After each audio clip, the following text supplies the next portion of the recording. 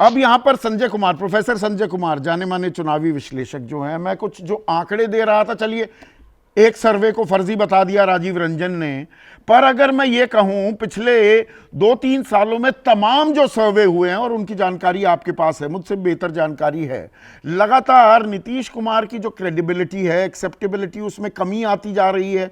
क्या ये एक कड़वी हकीकत नहीं है? बिल्कुल है संदीप, मुझे लगता है तमाम अगर सर्वेस को देखें तो इसमें कोई दो मत नहीं है कि नीतीश कुमार की पॉपुलैरिटी में गिरावट है। मुझे लगता है जदयू को और उनके कार्यकर्ताओं या जो स्पीकर्स हैं उनके शायद ऑब्जेक्शन इस बात से, जिस सर्वे का आप जिक्र कर रहे हैं, क्योंकि ये सर्वे ये बताता है कि तेजस्वी की पॉपुलैरिटी नीतीश कुमार की पॉपुलैरिटी से बहुत ऊपर चली गई है। शायद ये बात चुभती है और इसीलिए लगता है इन्हें ये बार बार कहते हैं हमारा ऐसे सर्वे पर भरोसा नहीं है।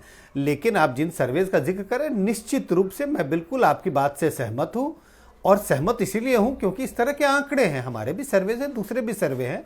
नीतीश कुमार की पॉपुलैरिटी में निश्चित रूप से गिरावट आई है अगर आप पिछले 20 साल को देखें तो। और उसी के चलते ये राजनीतिक कयासबाजी, ये बिल्कुल कयासबाजी भी हो सकती है, कोरी पतंगबाजी भी हो सकती है, पर एक संशय की स्थिति हो गई है कि जो, जैसे मैंने शुरुआत में कहा कि जब तक समोसे में रहेगा आलू, बिहार में राज करेगा लालू, वो वक्त भी बदला। बिहार के लिए जरूरी भी है, मजबूरी भी है नीतीश कुमार, पर आज की तारीख में मजबूरी ज्यादा होते जा रहे हैं और उसके बारे में प्लान बी, प्लान सी की तैयारी भी होती दिख रही है क्या एनडीए खेमे में? असल सवाल तो ये है ना संजय। देखिए आपने जिस बात का जिक्र किया, देखिए सबके दौर होते हैं। आपने कहा जब तक रहेगा समोसे में आलू तब तक रहेंगे लालू।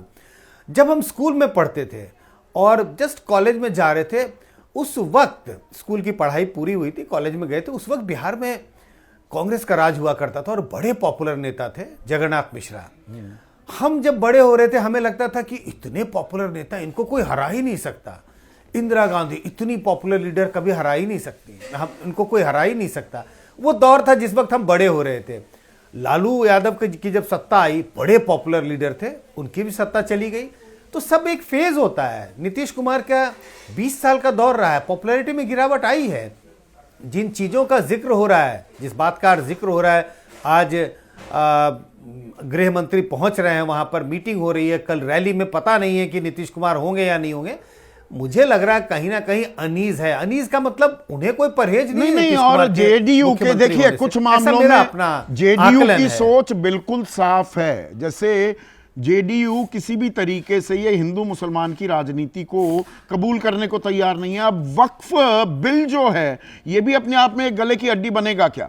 अब असदुद्दीन ओवैसी जितने मुखर हो रहे हैं और जितने आक्रामक हैं, अब नीतीश कुमार से सवाल पूछ रहे हैं, चिराग पासवान से भी सवाल पूछ रहे हैं कि भाई आप किसके साथ हो।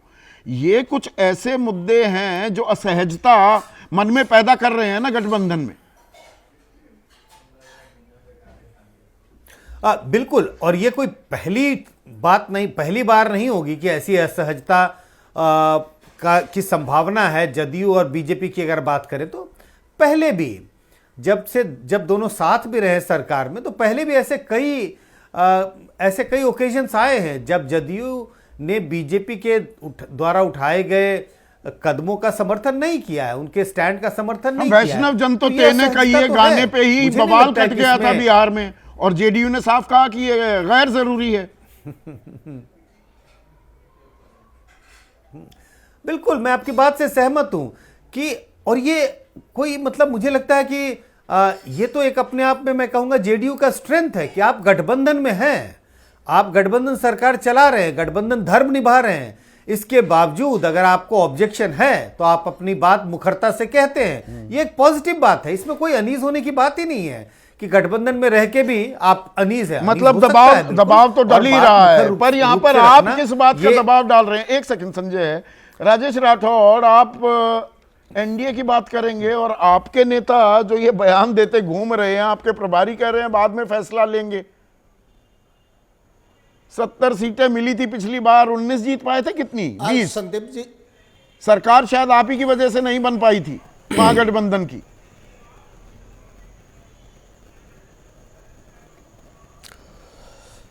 संदीप जी, किसी ले आरजेडी के हों या मेरे नेता हों, किसी ने ये नहीं कहा कि मेरे वजह से सरकार नहीं बनी। हाँ ठीक है, मेरा परफॉर्मेंस बहुत बेहतर नहीं रहा, एक। दूसरा कि कुछ ही दिन पहले दिल्ली में हमारे राष्ट्रीय नेतृत्व के समक्ष बिहार के तमाम नेता थे और सबने एक सुर में कहा, बाद में जो निर्णय हुई कि नहीं, बिहार में इंडिया गठबंधन एकजुट है और एक साथ चुनाव लड़ेगा। मुख्यमंत्रियों पे भी लोग सवाल पूछे, तो मुख्यमंत्री की बैठक जब इंडिया गठबंधन की होगी, सभी बड़े नेता बैठ के तय कर लेंगे। हाँ, पिछला चुनाव जरूर हम तेजस्वी यादव जी के नेतृत्व में लड़े थे, बेहतर परफॉर्मेंस हम लोग का हुआ था, मात्र 12,000 वोट से हम हार गए थे। मुद्दा वही है, मैं अब वह असल जगह पे आ रहा हूँ कि जो मुद्दे पिछले बार 2020 में था वो मुद्दा और बढ़ गया है। किस चीज़ का?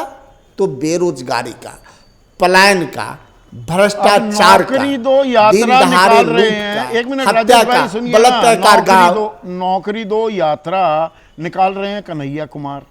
अभी राजीव रंजन ने इस बात का जिक्र भी किया कि तेजस्वी कन्हैया कुमार उनकी आपस में बिल्कुल नहीं बनती। उसी यात्रा में 7 अप्रैल को जब राहुल गांधी आएंगे पटना, वो शामिल भी होंगे।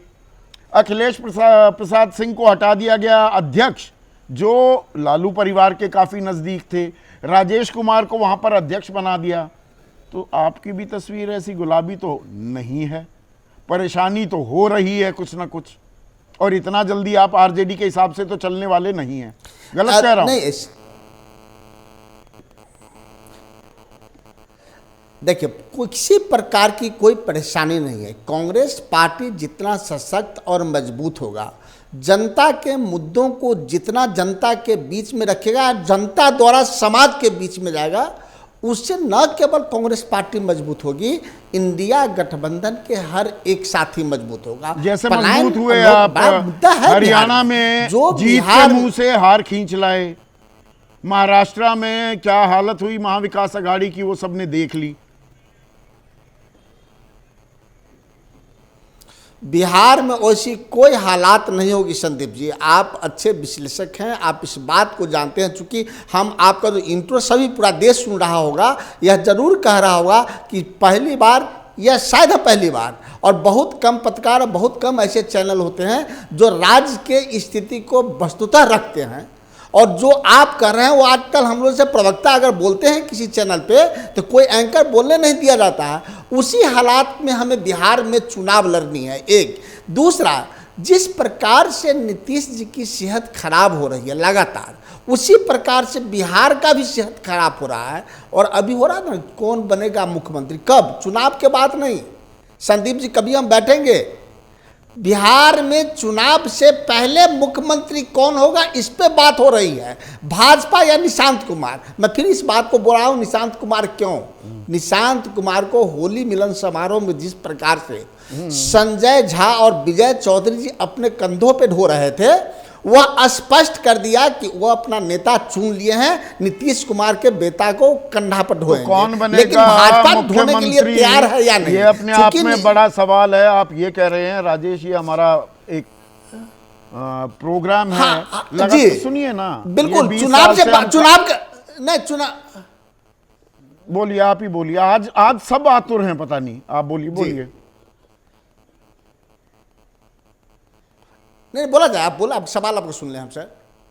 नहीं, मैं आपसे सवाल नहीं पूछ रहा था, अब आगे बढ़ना चाह रहा था। आपने कौन बनेगा मुख्यमंत्री का जिक्र किया, हमारा बहुत चर्चित शो भी है।